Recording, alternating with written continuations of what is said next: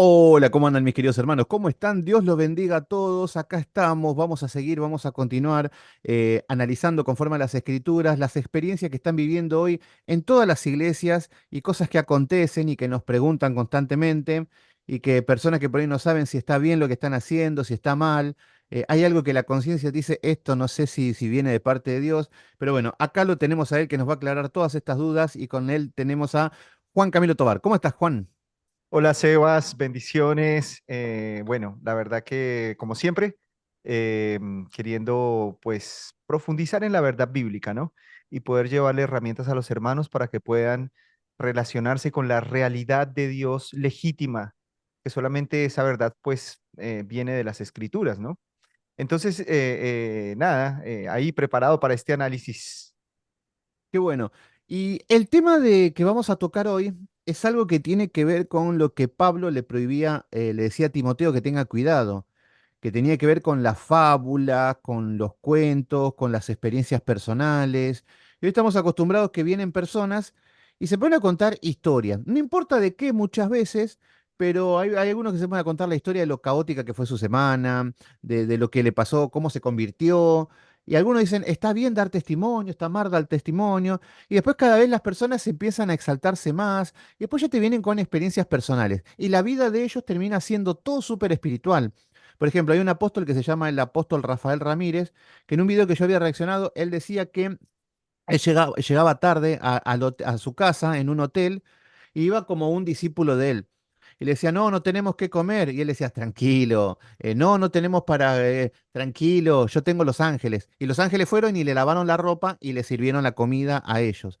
Entonces, cada vez llegan a un extremo más amplio y queremos ver conforme a las escrituras qué es esto, si está bien contar testimonios, si está bien, si es bíblico, las cosas que le pasan a otras personas que a mí no me pasan, esas cosas de que todo Dios le muestra, todo Dios le dice, todo de una manera mágica. Y queremos hablar acerca de las experiencias personales y espirituales. ¿Existen primero hoy en día en el Nuevo Testamento, nosotros como Iglesia de Cristo, personas que tienen un trato especial con Dios y que son tratos personales y súper espirituales? ¿Existen? Esta es la primera pregunta. Bueno, la vida espiritual es una vida experimental, ¿no? O sea, es parte de la realidad humana. Ahora, la experiencia revelacional claramente cesó con las escrituras y eso pues lo desarrollaremos más adelante. Tenemos que entender que la naturaleza humana es una naturaleza espiritual, ¿no? Es una naturaleza que tiene una necesidad espiritual. Y la espiritualidad humana funciona básicamente para darle respuestas al hombre con respecto al sentido de su vida, ¿no? Conectarlo con lo trascendente, con lo que va más allá. Esta es la función de la espiritualidad humana. Entonces, muchas personas en esta dinámica de conectar con lo espiritual vamos a decir, se desbordan, o sea, pasan todos los límites. Y ahí es donde uno dice, hay que tener mucho cuidado, porque si bien es cierto, queremos por naturaleza conectar con lo trascendente, el desborde de la imaginación y no saber diferenciar la espiritualidad de la imaginación, no saber diferenciar la realidad, las realidades espirituales de la fantasía, eso es un peligro gigante porque aquí cualquier persona puede decir lo que quiera, ¿no? Entonces deben haber unas reglas y pues Dios nos pone esas reglas, Dios nos pone esos parámetros. Muchas personas dicen, no, no limiten a Dios, pero en realidad lo que no quieren ser limitados son ellos, que su imaginación, sus fantasías no sean limitadas. Entonces es muy fácil decir, no encasillen a Dios, porque claro, no quiero que me encasillen a mí. Entonces en esto hay que tener mucho cuidado, hay que entender que el ser humano realmente tiene una experiencia espiritual cuando se conecta con Dios, pero todo tiene que ser regido por medio de su palabra. Ahora, la experiencia espiritual que el hombre pueda llegar a tener con el Dios legítimo de las Escrituras, con Jesucristo, es es una experiencia que está relacionada con la adoración legítima, es una experiencia que está relacionada con la virtud suprema, porque Dios es un ser tres veces santo. Entonces nuestra experiencia con Él es una experiencia con la virtud suprema, con la suprema justicia, con la suprema santidad. Por ese lado tenemos que empezar a entender lo que es una experiencia verdaderamente espiritual, ¿no? Y que tiene que ver con el Dios judeocristiano. Yo lo digo de esta manera para que nos distanciemos de todas esas experiencias de dioses paganos. La palabra del Señor dice que el fruto del Espíritu Santo es amor, gozo, paciencia. Esto es experimental, ¿no? Y las personas quizás quieren es ver el fruto del Espíritu Santo con un montón de delirios y desbordes fantasiosos, y pues ahí no está el Espíritu Santo. Nosotros tenemos que ser celosos de la verdad. Entonces creo que hay que hacer una distinción en eso, ¿no? Primero, entender que el propósito del ser humano, la necesidad de todo ser humano es ese contacto con lo trascendente, pero eso debe estar regulado por las escrituras para evitar estos desbordes de fantasía que lo que en realidad traen es más confusión y mentira de las realidades espirituales. Mira, a mí me pasó algo que en las iglesias donde yo iba, en el culto público, en el Día del Señor, había un lugar donde era la oportunidad de que cada uno dé su testimonio. Entonces le prestaban el micrófono y terminaban siendo esos 5 minutos de fama donde las personas se destacaba contando algo maravilloso que le había pasado. Y yo lo que vi era que todo esto, obviamente, dejando de lado las escrituras. Entonces, esto es lo que acontece siempre. Siempre que agregamos algo a la iglesia, ya sea espectáculo, entretenimiento y lo que sea, algo hay que quitar. Y siempre se termina quitando la palabra. Entonces, la pregunta es, ¿está bien que una persona dé un testimonio, ya sea real o sea falso, dar un espacio para el testimonio de las personas en un culto público? ¿Sería lógico, coherente, prudente o no? Porque a veces, porque cuando las personas ya se quedaban sin testimonio, ya te dabas cuenta que estaban queriendo forzar un testimonio, querían inventar algo, querían exagerar cualquier tontería y terminaban diciendo, gracias a la gloria del Señor, fui al dentista y saqué turno y me atendió, pero Él está con nosotros. Entonces, y terminábamos con testimonios que eran totalmente absurdos, repetitivos y no sumaban en nada. ¿Está bien dar testimonio en una iglesia? No, no, no, no es un mandato apostólico. La iglesia no es para esto. El único testimonio que debe ser anunciado en una congregación es el testimonio de Jesucristo. Y ese es el testimonio que produce fe y que salva. Yo he escuchado que en muchas ocasiones algunos predicadores enseñan que los testimonios producen fe en los oyentes, pero Mm. aludiendo a sus testimonios. Mi testimonio no produce fe en absoluto. La Biblia dice que la fe es por el oír, y el oír, ¿por qué? Por mi palabra, por mis testimonios, por mis, qué sé yo, anécdotas. No, la fe viene por el oír la palabra de Dios, y es el testimonio de Jesucristo lo que transforma el corazón. Mi testimonio, por más fantástico que sea, y que no sé, hubo una época donde se puso muy de moda el tema de que habían, qué sé yo, muchachos que habían estado en la peor de las delincuencias y salían a predicar, y entonces tocaba uno sentarse a escuchar 3 horas sus delitos, y después 5 minutos para decir que se convirtieron. Y supuestamente esto traía transformación. Esto no trae transformación. Es el testimonio de Jesucristo lo que cambia. Si nosotros pensamos que nuestro testimonio produce fe, nos hemos salido del cristianismo totalmente, totalmente. E insisto, los apóstoles jamás dijeron pasen a dar testimonio en las congregaciones con los ancianos. No, justamente los apóstoles lo que hacían era poner reglas para que este tipo de situaciones no pasaran, ¿no? Como tú dijiste, bien mencionaste, que Pablo le dice a Timoteo, cuídate de las fábulas, cuídate de ti mismo, de los espíritus de error, de los mandamientos de hombres. Es impresionante cómo el hombre se quiere meter dentro del culto y no le da la preeminencia a la escritura, a Cristo, al Espíritu Santo, que son los propósitos principales de toda reunión. Sí, y hay algo que también veo yo lo que veo, por ejemplo, cuando está el rico y Lázaro, y viste cuando le dice a Abraham, le dice, por favor, envía a alguien a predicarle a mis familiares para que no vengan acá. ¿Y qué le termina diciendo? Por más que envíes a un ángel o que envíes a alguien del más allá, no se van a convertir. O sea que por más que le cuentes de que el Señor me rescató y me llevó volando al cielo y lo que sea, no se convierte nadie, porque a todo esto le sumamos que te lo cuentan con un pianito melancólico, con una voz pausada, manipulando el tiempo. Después gritan. Estos son los manipuladores que ya son estos predicadores que se dedican a chantajear a esto.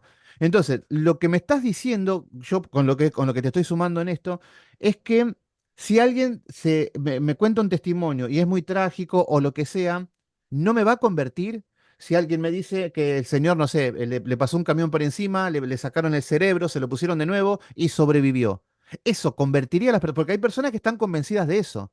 E Sí, sí. incluso dicen, no, mi testimonio sirve para que muchas personas se convierten. Y así No, andaba Gigi Ávila, por eso contaba tantos testimonios. ¿No se convierten por eso? no, no, no, no. El testimonio de Jesucristo es lo que convierte el corazón. La Biblia dice que es el evangelio, el poder de Dios para salvar. Él no dice el testimonio del hermanito que lo cuenta de manera grandilocuente. Y el ser humano también tiene esa tendencia a, ¿cómo se llama? A agrandar el testimonio, ¿no? Esto es una conducta natural del ser humano.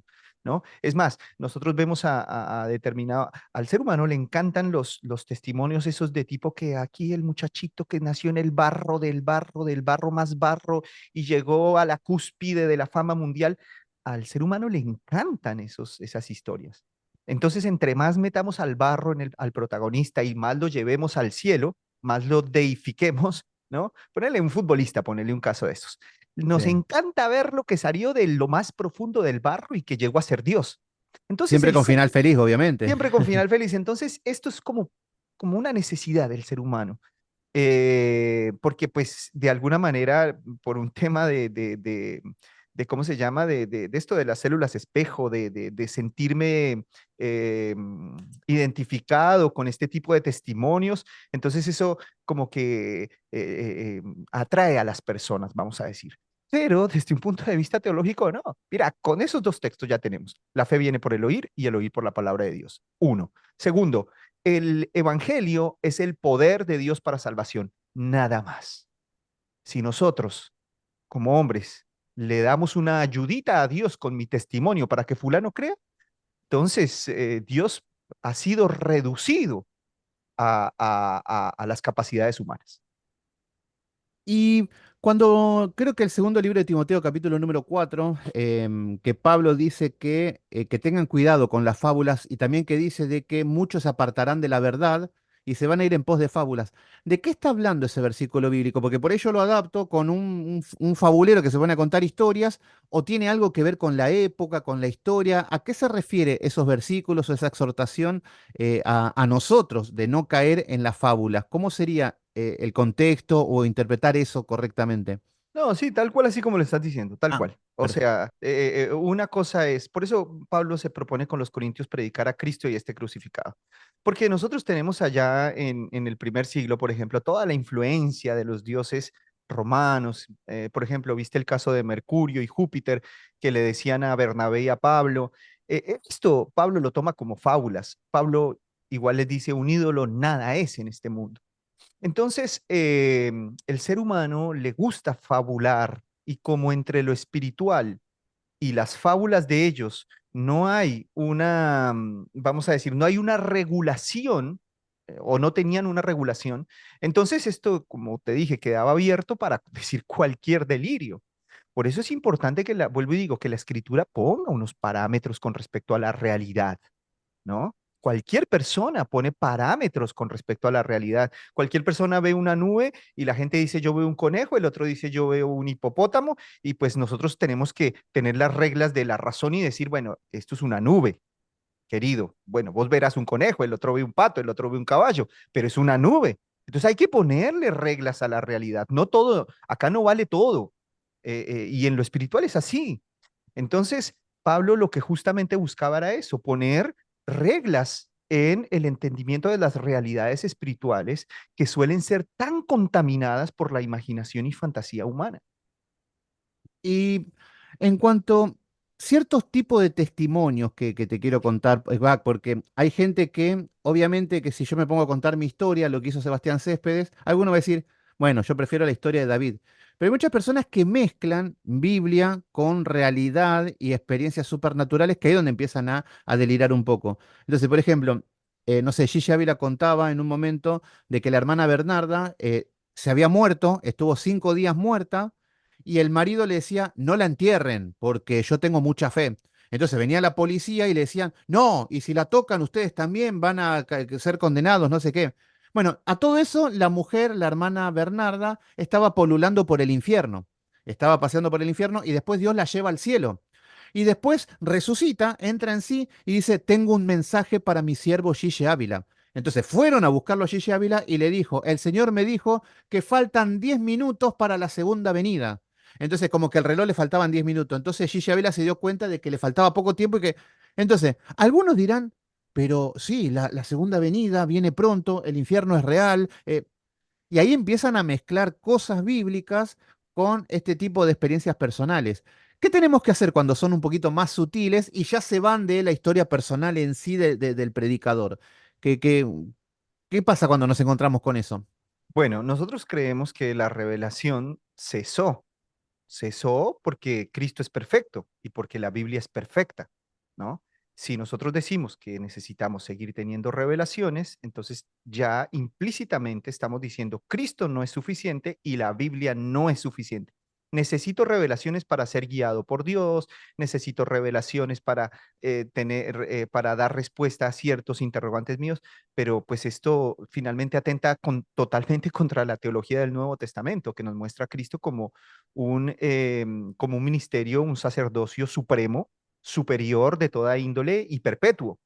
Entonces, desde ese punto de vista, toda información que arrojen determinadas experiencias debe ser desechada, simplemente. Debe ser totalmente desechada porque son las informaciones lo que se constituirían como nuevas revelaciones.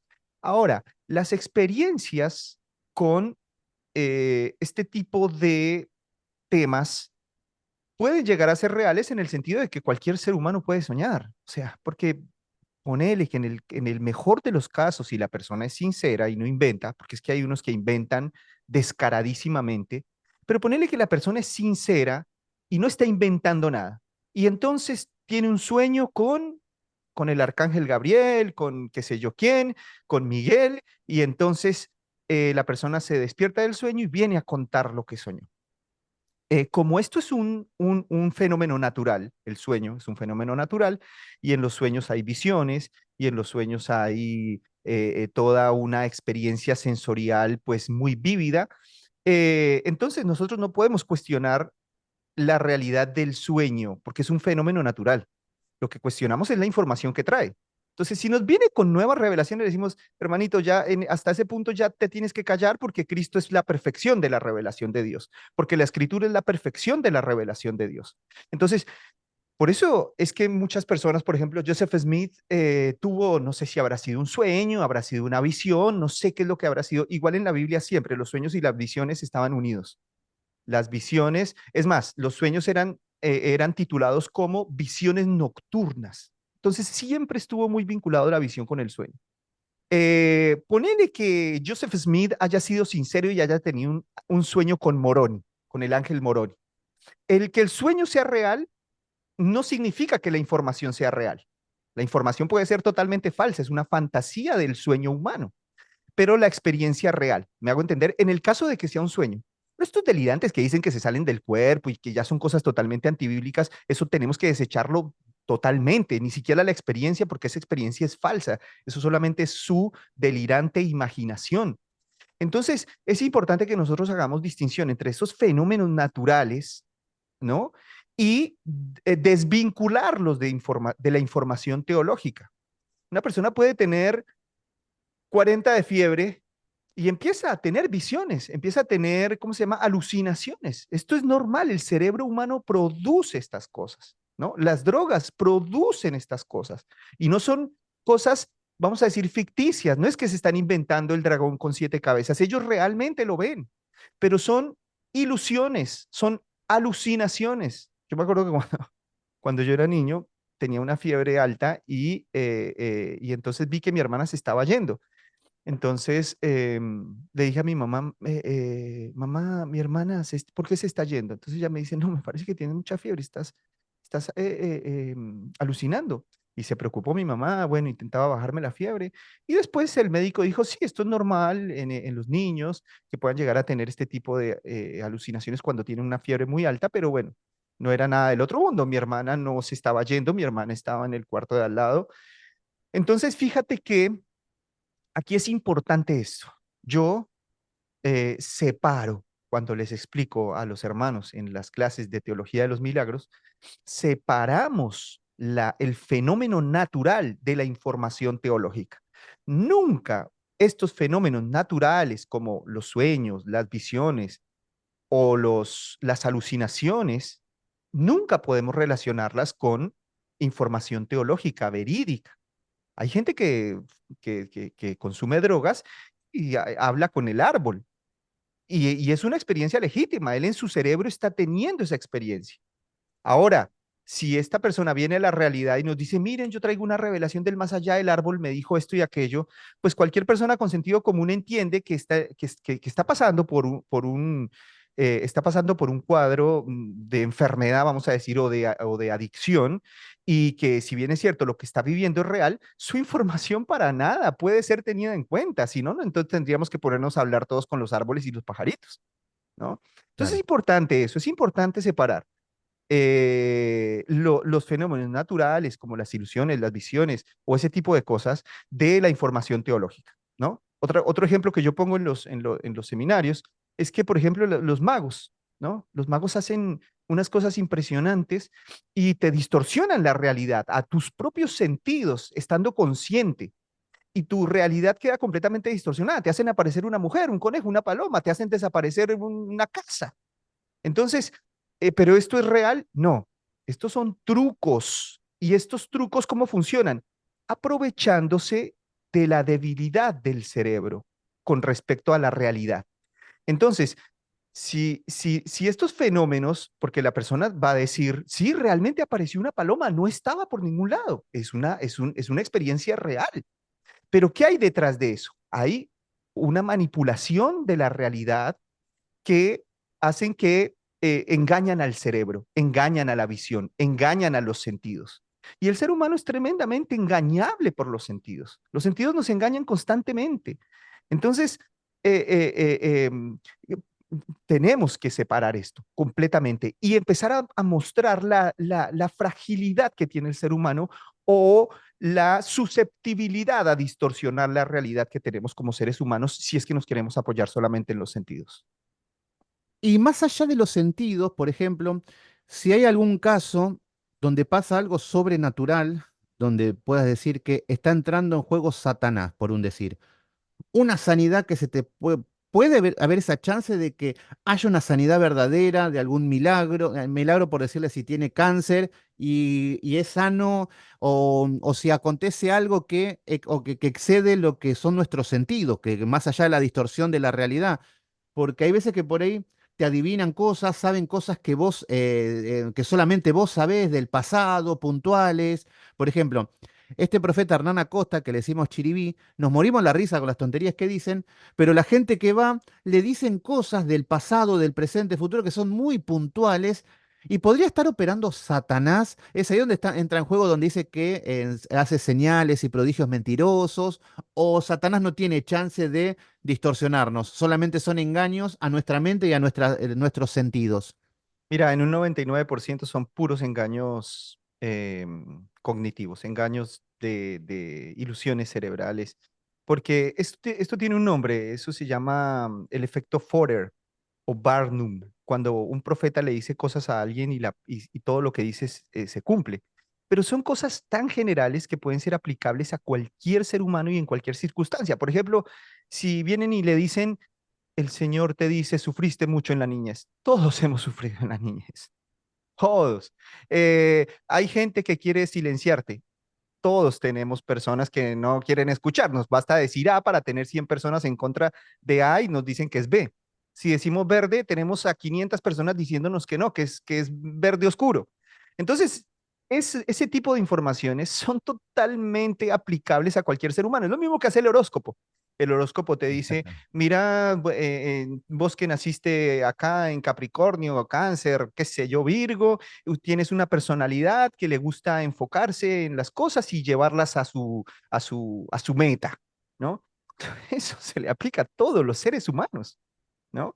Cuando este Sí. hombre, Forer, hizo esta investigación, él agarró una información y se la dijo a todos sus estudiantes, una información que él había sacado supuestamente del zodíaco. Y les dijo esto, y todos los estudiantes dijeron, esta información es tremendamente precisa. Y él les dijo, no, no es una información precisa, es la misma información para todos.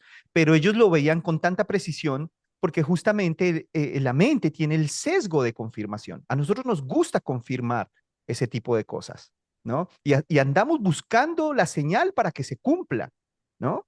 Y como por ejemplo, hay un video por ahí de Marian Rojas Estapé, no sé si la has conocido, ella es una neuróloga, y ella dice, por ejemplo, que había una mujer que quería quedar embarazada y no podía, y no podía, y no podía, finalmente queda embarazada, y entonces va y le dice a ella, bueno, ahora todas las mujeres están embarazadas, voy al supermercado embarazadas, en el tren, en el subte, en el colectivo, en la calle. Entonces ella dice, no, no es que hayan más mujeres embarazadas, es que tu mente está prestando atención a eso porque tu corazón tiene esa necesidad. Entonces, la mente da lo que el corazón pide, ¿no? Es que yo pongo otro ejemplo, es como cuando un chico está enamorado de una muchacha y entonces él empieza a ver señales de amor por todo lado, pero no es real, sino que es el anhelo de su corazón lo que hace que la mente distorsione la realidad y empiece a dar confirmaciones falsas. En el 99% de estos casos, de estos falsos profetas, son todo efecto Barnum. Ahora, Satanás es una realidad, eso no lo podemos negar. Y Satanás es un experto engañador. Mira que la Biblia no muestra a Satanás como un ser poderoso que hace milagros. El único que hace milagros es Dios, porque si Satanás hace milagros, entonces estamos, estamos fritos. El que hace milagros es Dios. Y la Biblia, cuando habla de que Satanás hará milagros, bien le dice engañosos, milagros engañosos. El doctor Sproul dice, Satanás es un experto en trucos. Es como el mago más diestro, más ágil de todos los tiempos, ¿no? Obviamente él tiene capacidades que van más allá de las capacidades humanas. Entonces, si un mago puede distorsionar tanto la realidad para que las personas queden completamente obnubiladas, imagínate Satanás. Satanás puede hacerlo en escalas mayores, pero son trucos, ¿no? En la Claro, teología. y además tiene el control también, por ejemplo, supongo que tiene al tanto de quiénes son los próximos presidentes, si vendrá una pandemia. Es como que hacer el príncipe de este mundo, al tener un control, puede llegar a manipular ciertas cosas, todo como lo que me estás diciendo, ¿no? Sí, O sí, algo, sí. Él tiene una capacidad mayor. Por ejemplo, esta profecía que salió de Donald Trump, que del atentado. Entré a mirar por inteligencia artificial cuántas atentados puede llegar a tener un presidente en Estados Unidos en promedio. Bueno, dice que a pesar de que esto es información clasificada, dice que un presidente de Estados Unidos llega a tener más de 3.000 amenazas de atentados por año. sí, tres mil intentos y todo. 3.000 amenazas. Entonces, decir que a Donald Trump o que el próximo presidente de Estados Unidos va a tener un atentado terrorista tiene un porcentaje de cumplimiento casi del 99%, ¿no? No solamente lo que queda público, sino hay que ver también en lo secreto. Entonces, son cosas muy generales. Lo mismo los Bueno, que no, andan profetizando los huracanes de allá de la Florida. Es fácil profetizar un huracán en la Florida si es una zona susceptible a esos fenómenos o un sí. terremoto en Chile. Entonces, ¿no te has dado cuenta que viven profetizándole terremotos en dónde? En Chile, que es donde tiembla. Huracanes en dónde? En la Florida, que es donde se producen estos fenómenos. Entonces, es puro efecto Barnum. Incluso, vos fíjate que cuando ganó Milei, habían muchos profetas que decían de que ganaba Milei, que iba a haber un cambio, y parece como que acertaron. Pero después también como que se malentonaron y fueron por Maduro, y Maduro va a caer y Venezuela va a resurgir, y sigue estando Maduro. Entonces como que esas manipulaciones es como que la mentira tiene patas cortas también, es un Sí, poco. sí. Pero entrando en el tema, recién dijiste algo que tiene que ver con que la persona tiene en la mente y está como predispuesto a creer en algo o pensar en algo, cosas que tienen en la cabeza. Quiero que me expliques un poquito cómo funciona en las personas que están así. Por ejemplo, está de moda, hay muchas personas que son apocalípticas. Y todo es apocalipsis, todo es la última segunda venida, todo ya el Señor viene y están con eso paranoicos. Y ponete a pensar que ahora había un montón de gente que decían que daban fecha de que hoy era el rapto. 18 de septiembre. Y yo hice un video reaccionando a las personas que decían de que el Señor les mostró, y una mujer decía de que tenía la fecha del rapto secreto, que era que en la columna vertebral tenía en la columna, en la vértebra 9, en la vértebra 10 y en la vértebra 8. Entonces daba que el 9 era de septiembre y 10 más 8, 18 de septiembre. Entonces, el Señor le selló la fecha de la segunda venida. Otra mujer dice que estaba haciendo palomitas de maíz en el microondas y aprieta un botón y se cambió no sé qué y le dio un número. Entonces la fecha era lo mismo.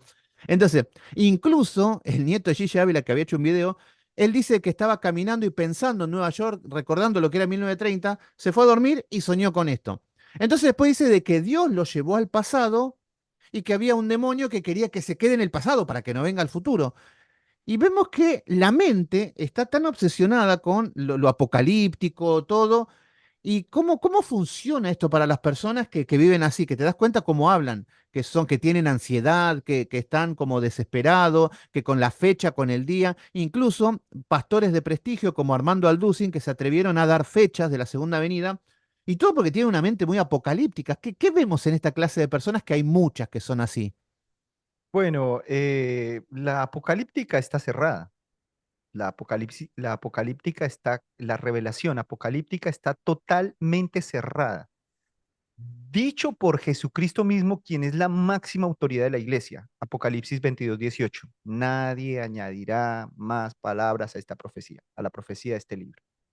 Entonces, si Jesucristo, es una palabra autoritativa, nos dice que la revelación apocalíptica cesó, entonces yo creo que el ser humano tiene que tener la humildad de aceptarlo.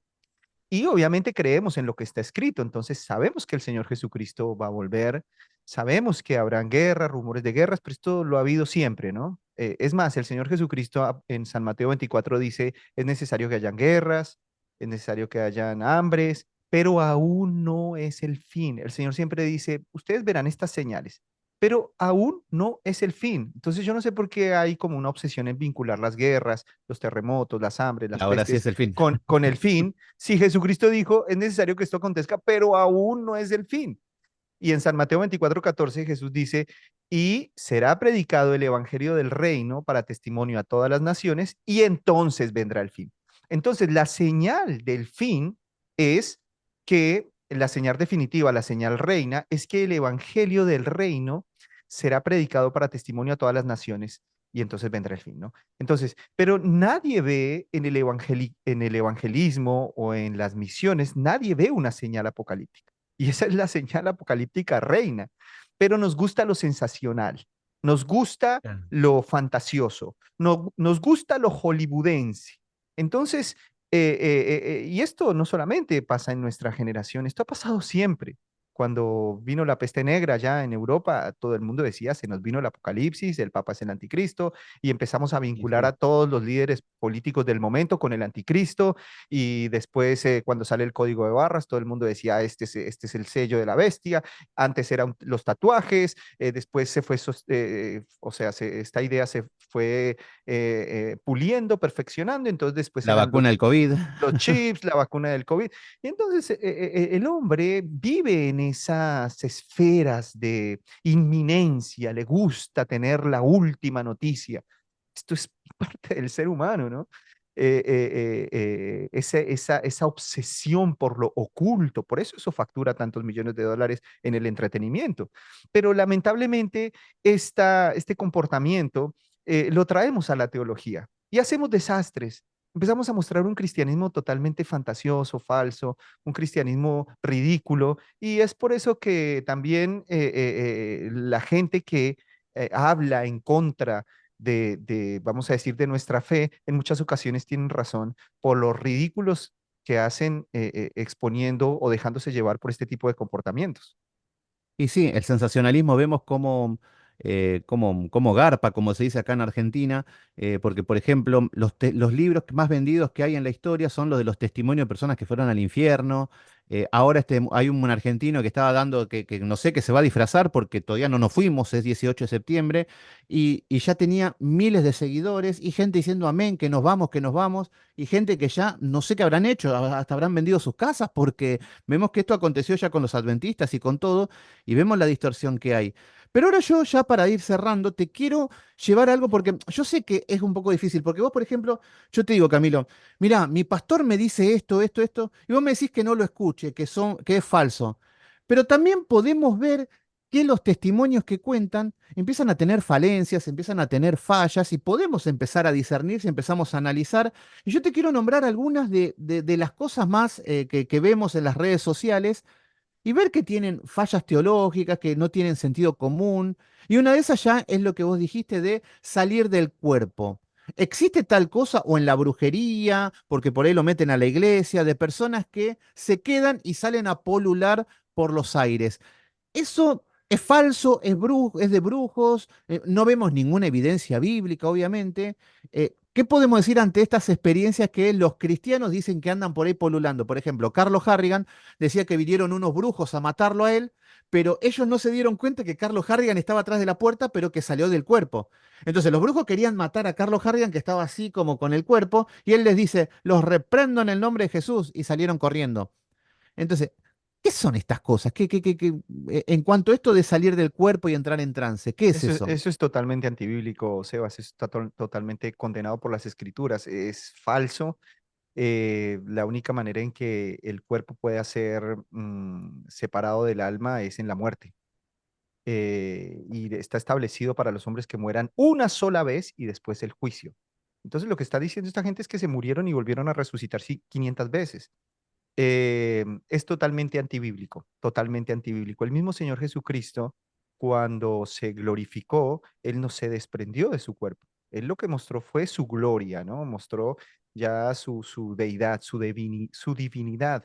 Pero Jesús, justamente cuando muere, Él retoma un cuerpo perfecto, porque la creación, cuando Dios creó todas las cosas y las hizo en gran manera buena, Él no hizo almas.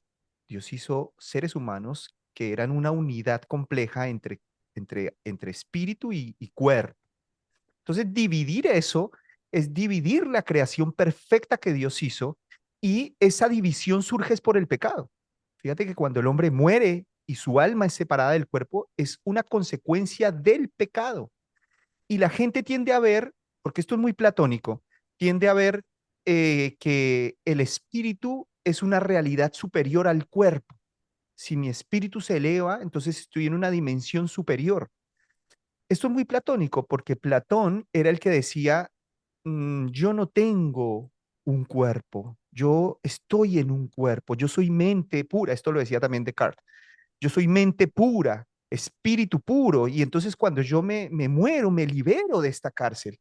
Pero esto es totalmente anticristiano porque Dios hizo al hombre con cuerpo y alma. Y esa es la perfección. Esa es la perfección, hasta tal punto que fíjate que en el primer siglo los saduceos no creían en la resurrección, Mm. y ellos creían en esa visión del espíritu como la realidad máxima, y el Señor refuta esta filosofía griega, porque esto es filosofía griega pura, infiltrada en el cristianismo. ¿Sabes cómo refuta el Señor Jesucristo a esta idea del alma perfecta fuera del cuerpo? Con la resurrección. Él retoma el cuerpo y Él nos promete una resurrección y promete cuerpos glorificados a todos, porque si Dios creó al hombre con cuerpo y alma en una unidad compleja, y eso le dijo que era en gran manera bueno, entonces eso es lo perfecto, ¿no?